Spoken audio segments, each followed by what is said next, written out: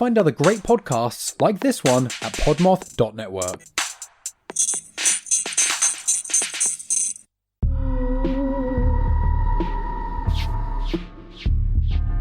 Do you love unraveling a good old-fashioned whodunit? Oh honey, me too. I'm Alicia, armchair detective and host of Dead On, a true crime podcast. Join me every Friday. We'll dive into a case that scratches your itch for true crime, dark history, and mystery. Streaming now, everywhere you love to listen.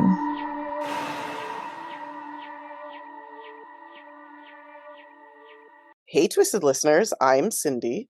And I'm Viva. And this is Twisted Listeners, a podcast about murder. And lists.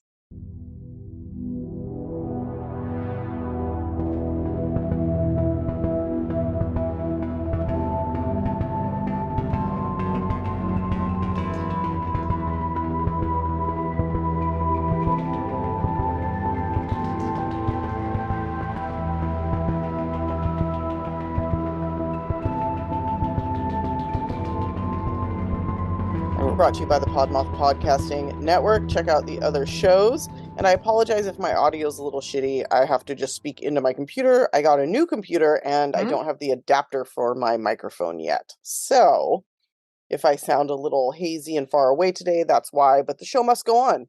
So yes, we have to record. We have to post. We have a duty to you guys and we're going to forge ahead. And I think you sound okay. So I hope so. Yeah. Hopefully it won't pick up so many of my sniffles because those annoy me when I hear them on the recording. So maybe this is a blessing in disguise. Anyway, we hope you all are having a great weekend. I guess it's Monday now, so it's kind of like not a nice thing to say. We hope you had past tense. Had a great weekend. A great weekend. It's over now. Yeah. You're back at work, suckers. No, me too. All of us. We're all working. Yeah. Yes, we all suffer together. Anyway, what are we doing this week, Diva? This is Journalists Part 2, right? Am I crazy? This is Part 1. Oh, yeah. I don't know what time is or what day it is. Okay. Well, it's because you covered a journalist last time. Right. So this topic kind of bleeds into that, but that was intentional so you could more fully cover. You didn't really cover a journalist, but anyway. I alluded to how I'm going to today. Yeah, listeners know what we mean. Murdered journalists. And I mean, I do often like to do like occupational themes, but this is a quite appropriate one because as I found out as I was looking through the internet for this for brainstorming, a lot of journalists are murdered. Yeah, a lot, and a lot of I tried to pick kind of interesting cases, but like a lot of them are just like by governments or mafias or you know, like it's I'm sure we'll address some of that. But I mean, most journalists are bought and paid for by like whoever they work for. Right. But the ones who aren't end up on this list. And even the ones who dare to look into tricky things, the ones who dare to like say hard stuff and go and look into hard topics that people don't want them to look into. Yeah, they end up facing very steep consequences for that, which is pretty fucked up. So yeah. Anyway, okay, you chose, so I'm going to go first. Both of my cases this week are fucking monsters. So I'm going to do my best to keep it short and succinct, but good fucking luck to me is all I have to say. Hopefully it will remain interesting for everyone. I think it's pretty fucking interesting. So I'm going to talk about Chauncey Bailey. This is the murder of reporter Chauncey Bailey. He was born and raised in Oakland, California. He was born in 1949. So as you can imagine, he lived through a pretty fucking crazy time being 20 years old in 1969. I mean, you're seeing a lot of shit. Absolutely. Especially if you're in the Bay Area at that time. He attended Merritt College, got his bachelor's degree from San Jose State here in California. He worked all over the place. He put a bunch of years in as a journalist and even on TV for the Bay Area, which I'll talk a little bit more about later. But he also spent 10 years in Detroit, working for the Detroit News. I think he was in like somewhere, Connecticut or some other place for a short time. At the time of his death, he was working, or after working at the Oakland Tribune, he freelanced for and then became the editor of the Oakland Post. And as I said, you know, he'd lived through some shit and as such was very involved in issues relating to Black Americans. He lived through Jim Crow. He was there for the civil rights movement. You got to see that played out. So I think he had a lot of trauma, but also a lot of passion for his work. Colleagues said that he wasn't afraid to ask tough questions and put people on the spot. And he was definitely an advocate for his community. As you can imagine, as such, he was a bit of a thorn in the side of some, but he wasn't by nature like a bad guy and was actually referred to as, quote, wonderful by more than one person when asked about him. So it seems that he was a really ethical, hardworking, driven man. There's stories of him working from like 6 a.m. till midnight trying to get a story out because he thought it was important. He thought he could enact change through his reporting and through his investigations. So, a very, very dedicated man to his work. Yeah, trying to do good shit. And most of his career, despite where he was living, was spent covering politics and special interest topics. And like I said, most of those were kind of particularly for the Black community. In the early 90s, he was the public affairs director and newscaster on Bay Area radio station KDIA. And this station was co-owned by the mayor of Oakland, who was the mayor at that time, Elihu Harris, and later California Assembly Speaker Willie Brown. And if people don't know, Willie Brown was actually the first African-American mayor of San Francisco. So Chauncey is with some powerful, high-ranking and groundbreaking members of the Black community. So he's definitely like somebody who is somebody. He's listened to. He's an important guy in the community. Now, the Oakland Post, which is where he worked until his untimely death, is the largest African-American weekly newspaper in Northern California. It serves mostly the Bay Area, but it does extend into other areas of Northern California. So it's a super trusted and really popular source for news in that community. Around the beginning of 2007, again during which time he became the editor of the Post, he also began looking into potential corruption going on with a very popular bakery. And this bakery was called Your Black Muslim Bakery, otherwise known as YBMB, which is how I'll probably refer to it. Okay. So YBMB was started in 1968 in Santa Barbara by Yusuf Bey, a Black Muslim activist and leader who was a member of the Lost Found Nation of Islam, which is an offshoot of Farrakhan's Nation of Islam, otherwise known as NOI. So this guy was a super prominent man, tons of ties in the community. In 1971, the bakery relocated to Oakland, and there were, for a time, a string of these bakeries. So they did quite well for quite a few years, because this obviously is taking place in 2007. So this bakery's been around for, what is that, like almost 50 years at that point? Yeah. 78, 88, 98, 2008, 40. There we go, 40 years. I can do math. And also, in addition to just being like a popular bakery, it was something of a center for the Black nationalist community, of which there were many in Oakland, like for sure, around that time. So again, this bakery is well connected, makes money, lots of political ties. In the 80s, Yusuf Bey would appear on the Soul Beat television station, which was a public access station owned and operated by Black members of the community in Oakland. He would give sermons on air. He would promote his bakery, and he would also speak very plainly about how the white man was the devil, which, fair. I'm not going to say he's wrong. Yeah, no, you can definitely see where people got hooked in, for sure. Yeah, there's definitely, yeah, I get it. Especially if you're in Oakland in these times and you're seeing, what goes on, the ills of the white man. So, But also, Yusuf Bey himself was kind of a giant piece of shit as well. And I want to talk about that a little bit. So this does get kind of complicated because my first example isn't super convincing in my eyes, but I did want to mention it. So in 1994, his son Akbar Bey was shot and killed by a drug dealer in downtown Oakland while high on heroin, which is whatever, no, I make a policy of not judging people with drug addictions, and that sucks. And then he also got in trouble with the law prior to that, but I read why, and I kind of don't care, if that makes sense. He would wear bulletproof vests and carry weapons openly around Oakland, sort of baiting the police into confrontation. But fuck the police, and also the Bay Area Oakland police are fucking horrific. So for a young Black man to be basically giving them the middle finger in the truest sense isn't something that I'm going to negatively comment on. You know what I mean? Mm-hmm. That being said, this was maybe the most chill of his children. And also, I want to talk about calling his children his children. He did have biological children, but he also had quote unquote children in this sort of like weird cultish way. So the Black Muslims was the name of his group, and they all had like this uniform they would wear that included bow ties. So if you saw a bunch of black men wearing bow ties, you knew you were dealing with the Black Muslims. And many of them referred to themselves as Yusuf's children.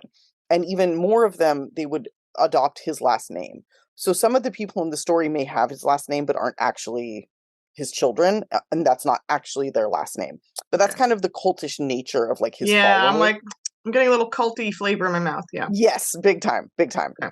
So two of these quote unquote children were accused also in 1994, the year that Akbar died, of the torture and beating of a Nigerian man who sold a home to one of the organization's members who ended up not being happy with the purchase for some reason.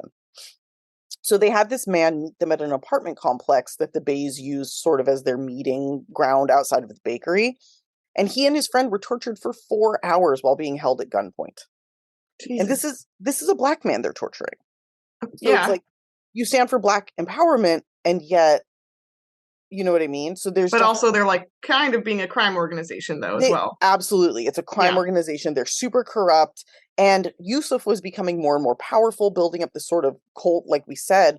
And then also he had so many political connections that police, the mayor, like not so much the mayor, but like police and other politicians were turning a blind eye to like what he was doing.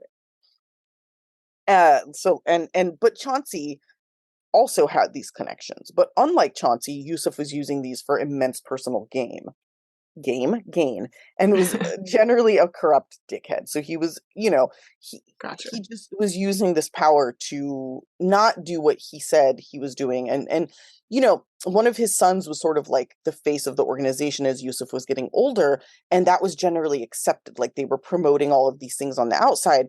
But underneath that same figurehead was one of the people like torturing people, murdering people, kidnapping people, all this crazy shit. Yeah. And Yusuf himself was also charged with multiple counts of rape and incest. Oof, okay. Yeah. So this story surfaced in 2002, and the story's fucking wild. A woman came forward and said that 20 years prior, so starting in like 1992, when she was just 13 years old, and after having lived as Bay's foster daughter since she was like 8, he raped and impregnated her, then forced her to not have one baby, not 2, but 3 of his children over the years. So this was a consistent thing, and that she was consistently threatened, beaten, showed guns, told if she told anybody who the real father was that she would be murdered. And she said that his wife knew about this, but did nothing about it. So she was complicit in the whole thing. After she went to the police, which she said she did because he started to show interest in their shared daughter, trying to get her to go on like private rides with him. God, how old is the daughter? Like probably pretty fucking young. Yeah. So she finally came forward, and police investigated, and they demanded a tissue sample from Yusuf Bey, and it was absolutely a match. After the DNA test, this woman had to go in hiding because of he and his followers who were actively looking for her and wanted to kill her. And she said she knew she and her children were in danger because she had seen Yusuf harm other people with her own 2 eyes. So this is very fucking serious. And you get an idea of who this man is, who his children are, and what his organization is about.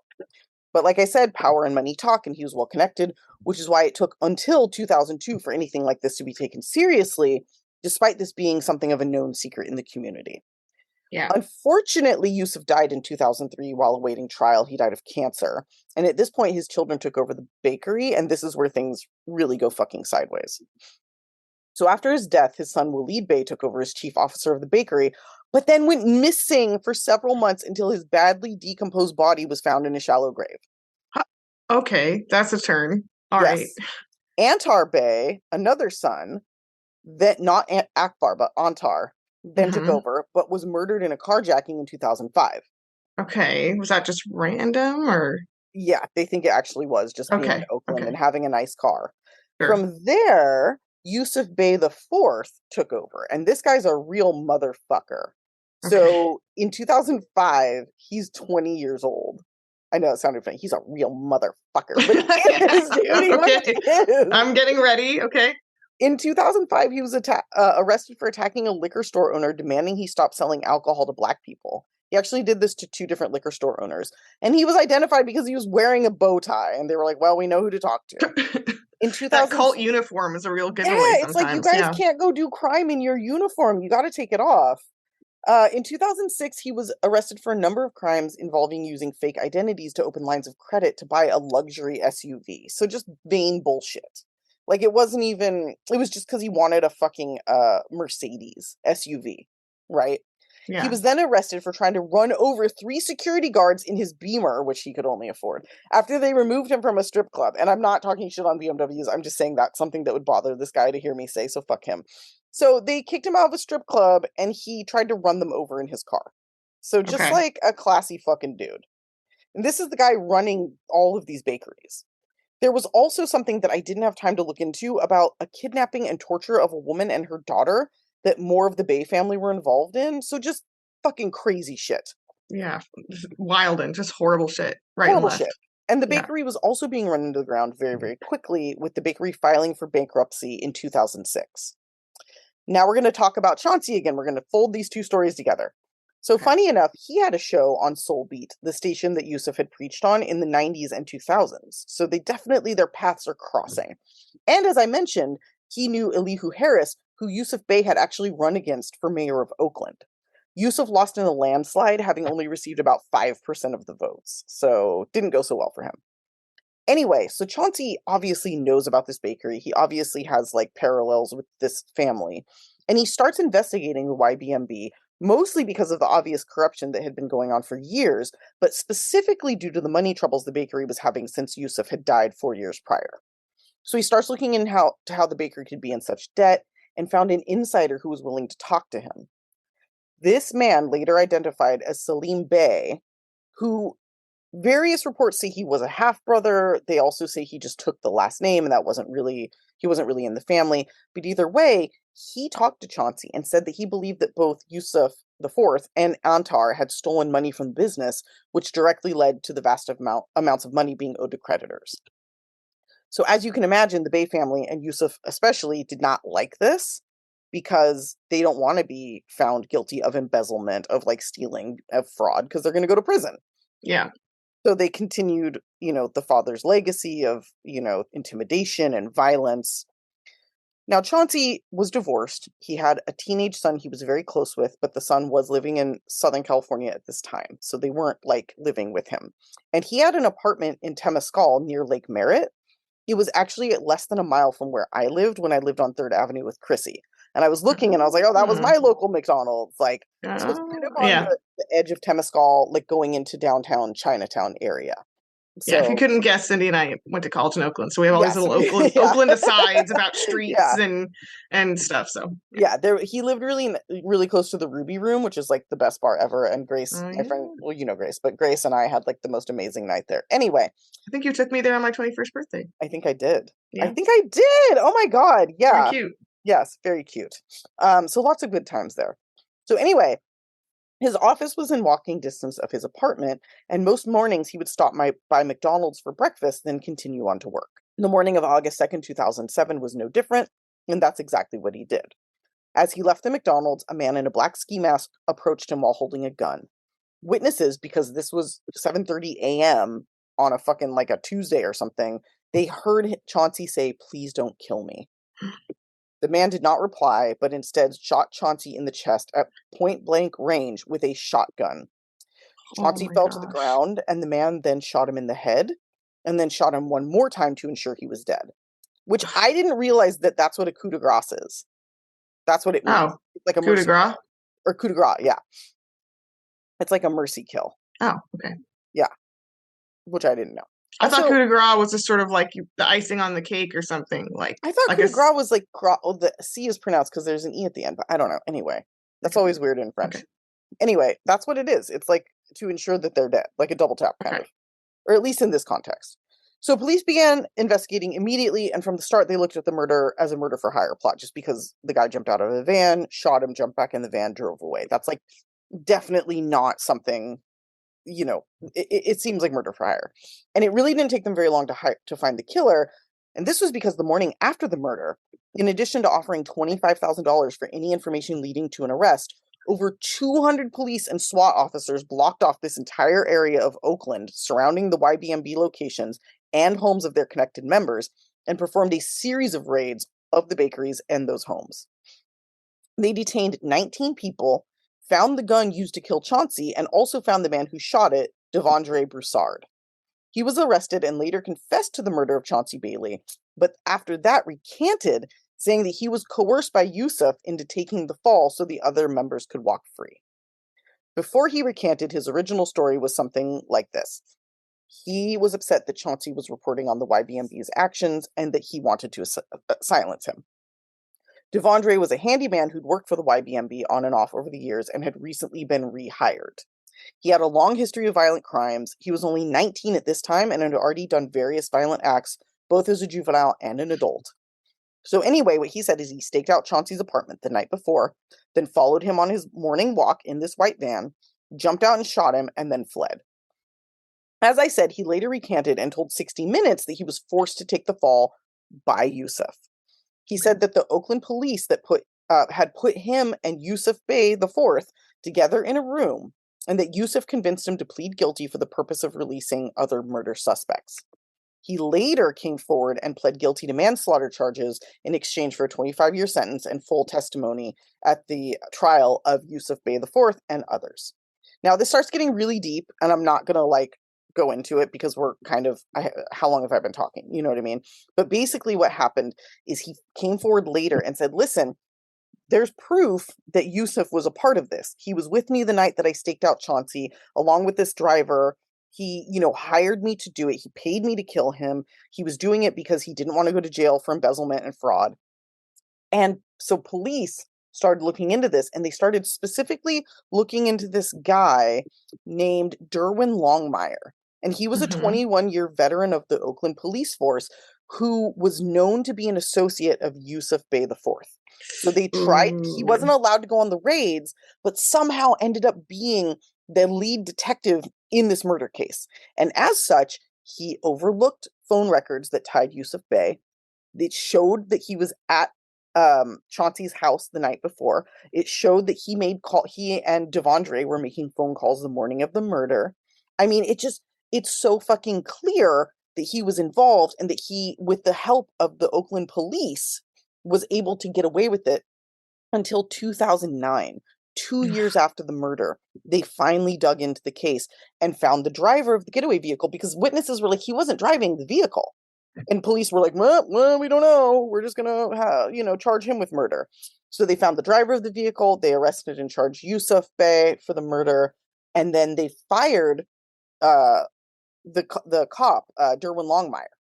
They suspended him and then fired him. And in return, he sued the city of Oakland, saying that it was discrimination and that he was, and the East Bay Express is such a hardcore opinionated news source that one of their articles is Derwin Longmire is looking for a payday.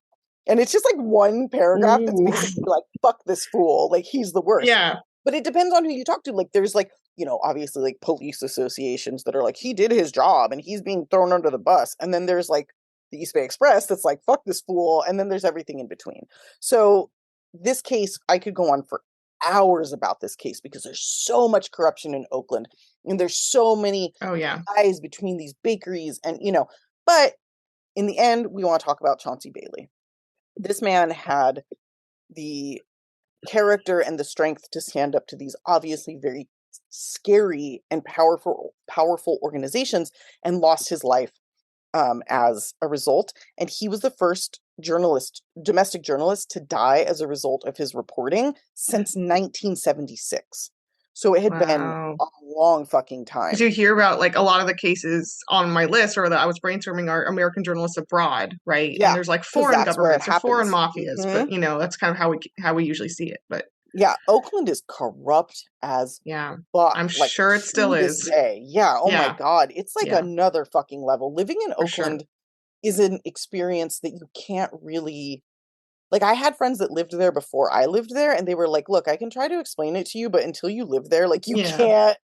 And it's true, like, it's unlike anywhere else that I've ever lived. I know it's getting super gentrified now, but, like, I know that shit is still there.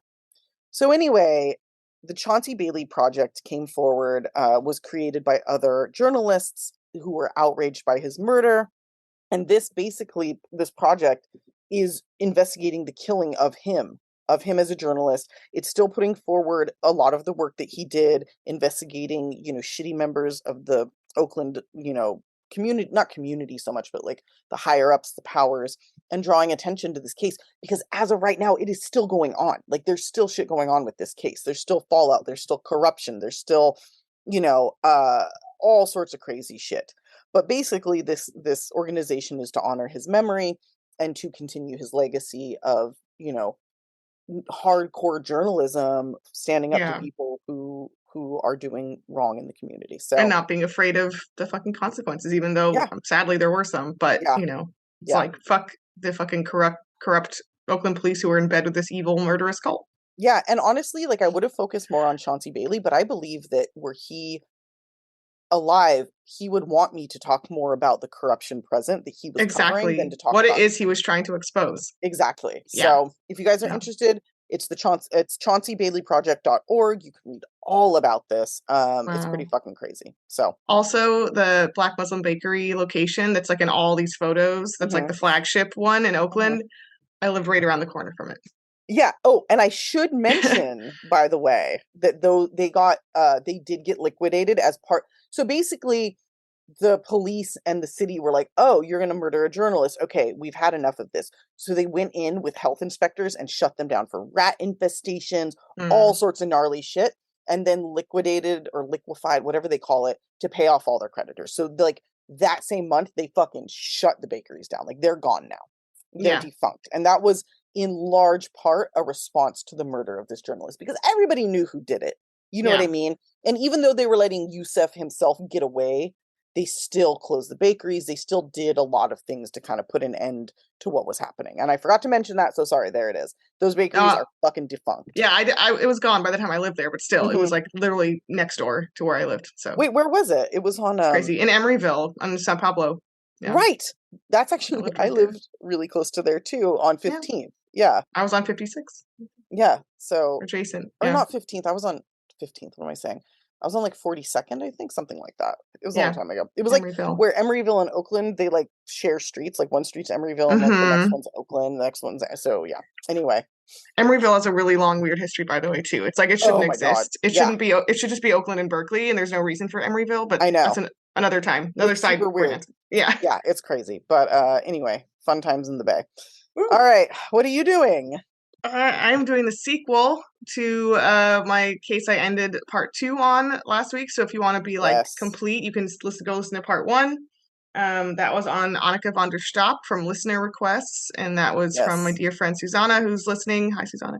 And this is that was a famous Dutch case of an unsolved and then solved murder. And this is sort of the sequel because it's the case of the murder of Detective Peter R. de Vries, who famously worked on that case and many others. Okay. And this happened in 2021, very recently, yeah. in downtown Amsterdam. Despite him being obviously more famous in the Netherlands, it still made, I think, international news. Mm-hmm. So I'm going to talk about how awesome Peter was for a little bit first. Peter de Vries was a legendary, super famous investigative journalist. Like, I don't know quite that we have an equivalent to him. Even like our beloved Dateline hosts are still not as big as he was there. Right. He's like every crime reporter we have rolled into one person, you know. He is a fucking badass. And he was kind of a dick, but in a way that like I loved. But he was a dick to people that are dicks. So you're like, Yes. okay. And he did it to get the information he fucking needed to like expose shit. And so Yes. I respect it, you know. Yeah. He put pressure on people for sure. He did. He was a famous crime reporter and investigative journalist from the Netherlands. His show, Peter R. de Vries, Misdaad Verslaggever, which means crime reporter, was one of the most watched shows in the country from 1995 to 2012. and he tried to specialize primarily in cold and unsolved crimes, like crimes that kind of needed more attention, and needed to get solved and resolved. He got his start with several newspapers and crime magazines in the Netherlands before starting his own show in the 90s. He also had a wife, Jacqueline, he was married to until 2013, with whom he had a daughter and a son. But he led a pretty private, like, personal life. He didn't like to, blow that up.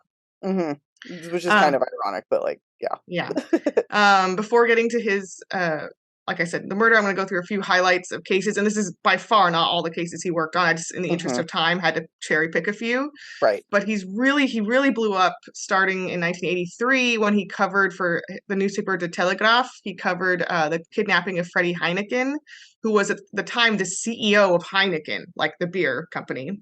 Okay. And he was one of the richest dudes in the Netherlands, of course. And he and his driver were kidnapped by 5 guys and eventually released on a 35 million guilder ransom. And there was this whole thing, and the guys were caught. So this massive case.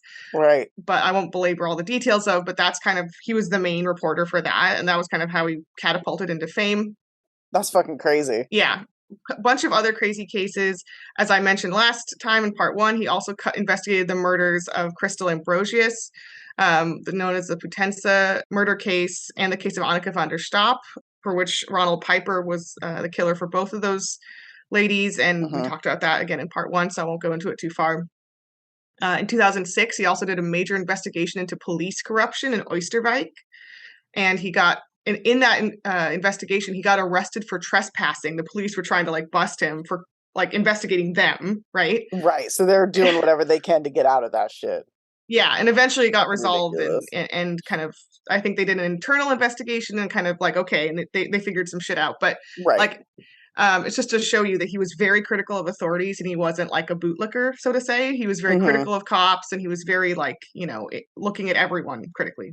Right. He wasn't afraid to stand up to people. It kind of same thing as my guy. Like, yeah, he did shit that could put him in danger because he was fucking with very powerful people. Yeah. He was committed to, like, justice, even if it was against cops, basically. Right. He also did a comprehensive special show once into the JFK assassination conspiracy theories. And it was I don't know where he stood really, but the show was very heavily covering theories that the CIA was involved. And I was like, ooh, talk about things you can only do on Dutch TV. Right. Like, woo. But just to say, again, another example of him being kind of spicy and critical and, like, thoughtful. It's very scary that he did that, but yeah. I feel like the CIA goes beyond just, like, I don't know. That's scary. Yeah. But I'm glad I don't think they're who got him though. So yeah. In 2008, he famously, perhaps most famously, covered the disappearance of Natalie Holloway, and he put a lot of pressure on the obviously very guilty, quote unquote, suspect in the case, Joran van der Sloot, who is a Dutch person. And Joran famously appeared on a talk show with Peter, in which Peter put so much pressure and was grilling Joran, or asked the wrong question or whatever, and Joran splashed a glass of red wine in Peter's face because he was so mad. Which I fucking love. Yeah, that guy's such a little bitch. I fucking hate that guy so much. Like, but I mean, it's like a badge of honor, I think, that he made that guy so mad. Absolutely. Yeah. Like, I'm jealous. Like, I want to piss that guy off like that. Like, fuck that guy. And he partnered with the Holloway family as well, and he never, ever, ever let the pressure off Joran until he was pretty much in jail. And I think even then, he still was, like, bothering him and, like, poking at him, like, hey, fucker. That year, he also essentially caught Joran van der Sloot running a sex trafficking operation of young women and girls in Thailand. God, I hate him so much. Isn't he fucking hateable? Yeah. But he pretty much, like, played a major role in catching him for that. He played footage on his show of him arranging the trafficking, like, exposed the whole thing. So again, he, like, never let off that motherfucker ever. Good. It makes me so happy. No, never. Because I fucking hate him so much. There's a really insane story too I read about him and Natalie Holloway's mom going to visit Joran in, like, Peruvian jail, because of course he murdered someone else, right? Right, yeah. And he's in jail for that murder, and they forced him to speak to Natalie Holloway's mom and Peter de Vries, and literally, apparently he had to be dragged out. He was like, no, like a little baby, and they, like, just dragged him. I love that. That makes me I'm so glad that he fucked up, and, like, her dad was, like, a statesman or, like, a higher up, you know? So, like, it makes me really happy that it makes me very angry that he killed somebody, but it makes me really happy that he fucked with the wrong people, and now he's, like, actually in prison fucking finally. Yeah, you know. exactly. All right, so that's a little bit about Peter, and as we talked about with Annika van der Stap, he was a really stand-up guy with the families and like very respectful and stayed in touch with them, was always like following up with people afterwards. He wouldn't just like drop them. Mm-hmm. Okay, so here we go. This is the fucking fucked up part. On July 6, 2021, as Peter exited a television studio named RTL Boulevard in central Amsterdam, he was where he had just appeared as a guest on a TV show, as he often did. Mm-hmm. He was walking to his car, and an assailants shot him. And 5 shots were fired, and at least 1 shot hit him in the head. Oh my God. Yeah. He was taken to the hospital in critical condition and died 9 days later, officially. Fuck. And he was only 64 years old. That's so fucked. That's so fucked. And it's like, did they think that he might live, or were they just like... No, that was definitely not. Yeah. He was just on life support kind of thing. Yeah. So his murder obviously shocked the Netherlands to their core. The mayor of Amsterdam, the king of the Netherlands, and the prime minister all made various statements saying this is an attack on journalism. This is like devastating to the republic, to the nation. They vowed to seek justice, et cetera, et cetera. Mm-hmm. And the scene of his murder was covered in piles and piles and piles of flowers and notes and tributes. The only thing similarly big I can compare it to is like when Kobe Bryant died. Right. It's like that massive an outpouring of love and appreciation. Right. It's super sad. Even though Kobe Bryant is super problematic, but anyway, I understand the sentiments. Yeah. But a similar amount of upsetness. Yes, agreed. Was had. Yes, 100%. Not comparing the two guys though. No. just the flower piles. Right. Okay. All right. So 2 suspects were arrested actually the night of the murder on a nearby freeway, which kind of tells me that someone saw a car like speeding away, right? Mm-hmm. So they knew what car to look for, clearly. Mm-hmm. And the 2 suspects are 21-year-old Delano G. A lot of Dutch press identifies people with just the first letter of their last name, so that's what I'm going to keep doing that, I guess. Okay. He is Dutch, and he's suspected of being the actual trigger puller, the shooter. And then the second guy is Camille E., who's 35, and he is a Polish national, and he was the getaway driver. Okay. When they're both found, they have a gun that is later forensically kind of confirmed to be the one that shot Peter. So it's pretty okay. CCTV footage from a business around the corner, which you can watch, but I don't recommend it. It's kind of upsetting. Shows Peter walking and then turning, and then about a minute passes. You see, and you hear the 5 gunshots.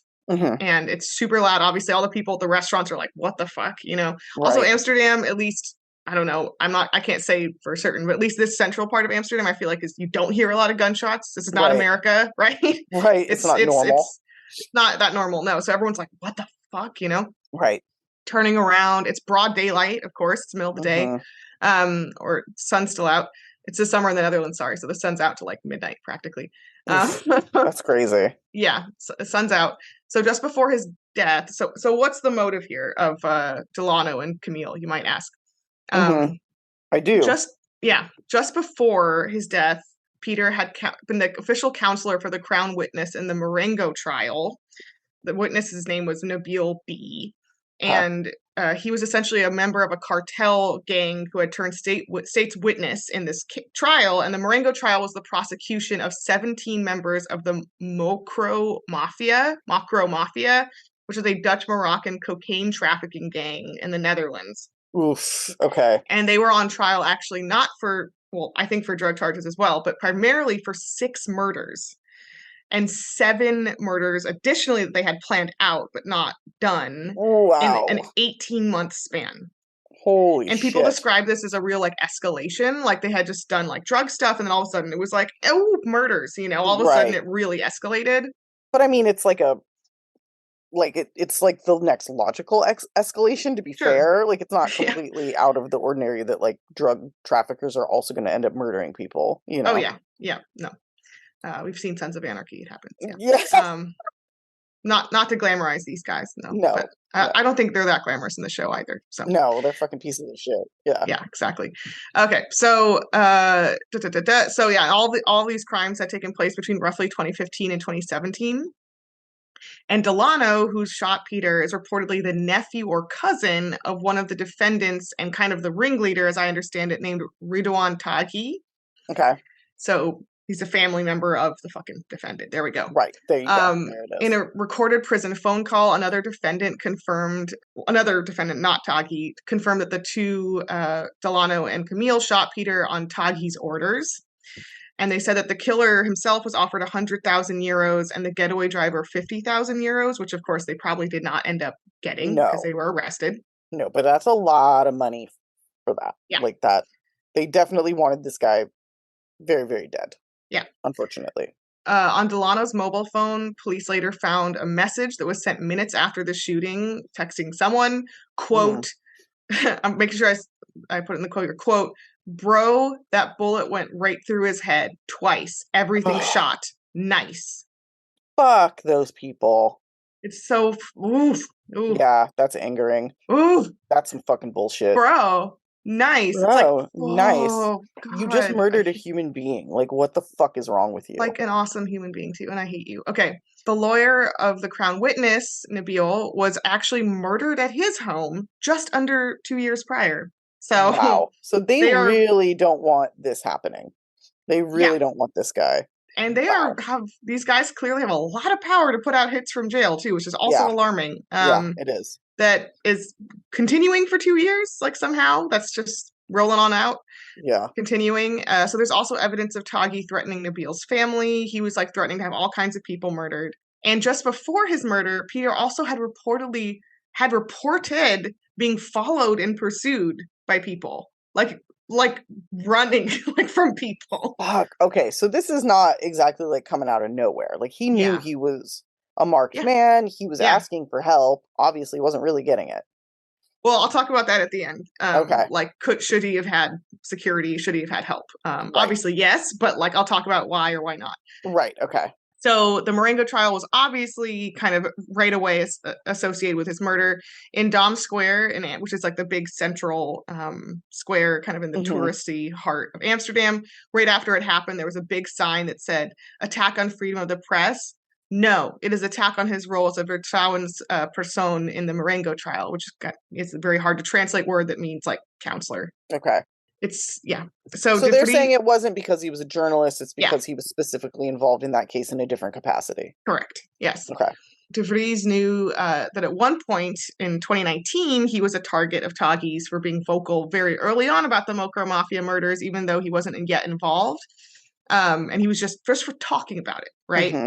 In 2019, he tweeted that the police had informed him he was actually on Taghi's quote-unquote death list, and that Taghi, quote, ordered my liquidation. This is what De Vries tweeted. Wow.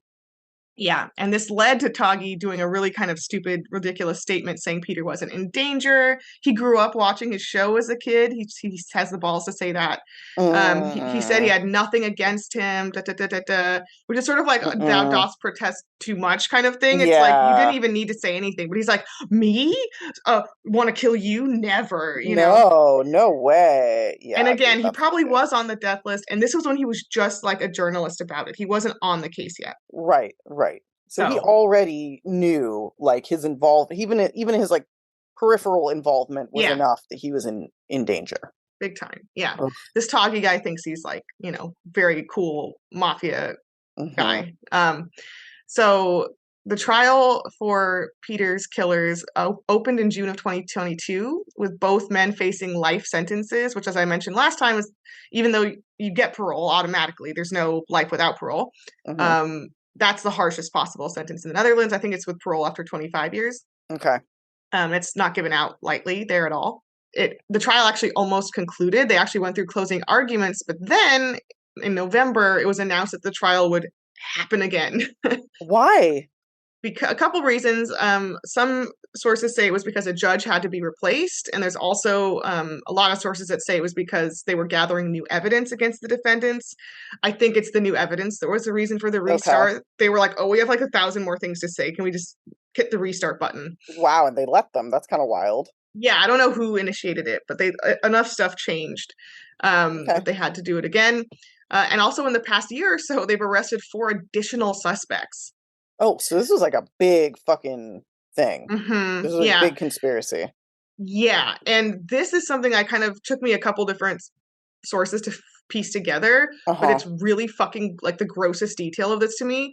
Two of these suspects were two men that were specifically sent to come after, like just after the shooting, and film Peter as he was dying on the street.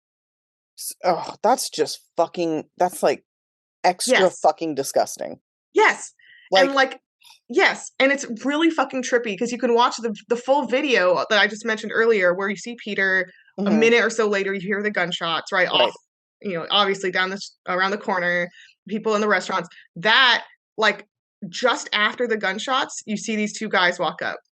mm-mm, And they're the two in question, and they're super casual, right? And then in the aerial views, and again, there's pictures Yeah. of his body and stuff all online, so exercise caution, people, if you're looking this up. Right. It's really horrible. yeah, But like, you can see the aerial views of these guys, and they just, their body language is so like casual because they're there to take fucking photos and send it to their bosses, or videos and send it to of their showing bosses. him dead. Yeah, Yes, it's so fucking horrible. so fucking And insane. they stand out because there's this kind of mob of Dutch people, right? Who I can't fucking imagine this day too for all these like onlookers, because they all know who this is. Like, obviously, the vast majority of them are going to know who this is. Right. And there's a huge crowd of people, and so it's so sweet too. Some of them were like holding his hand and like sitting with him, and you know, everyone looks like focused on him, concerned. And you can just tell that these two motherfuckers are like just strolling by, Just enjoying fucking Yeah. videoing it and like Yeah. doing, yeah. Mm-mm. Yeah. So anyway, those two guys were amongst the additional 4 arrested. I don't know what all is going to happen with their trials. I think they're still to be done. But they're all going So- to prison. They're all going to go. Yeah. I mean, it's not here, so probably to differing sentences. Right. But the trial officially restarted actually on January 6th, so just like shit. a couple weeks ago, 2 weeks ago, and it could wrap up in the coming month or so. Delano and Camille face, like I said, the life sentence. hmm And yeah, so that's where we're at. It's all actually still in progress, the trial bit of it. Mhm. I wanted to conclude by asking the obvious question you already kind of got at, which is, shouldn't he have had some kind of protection or security given all these enemies and the fact that he had threats constantly, Yeah. you know, throughout his time as a reporter, but especially through this case? hmm So it's been reported widely that Peter did not want security and refused it.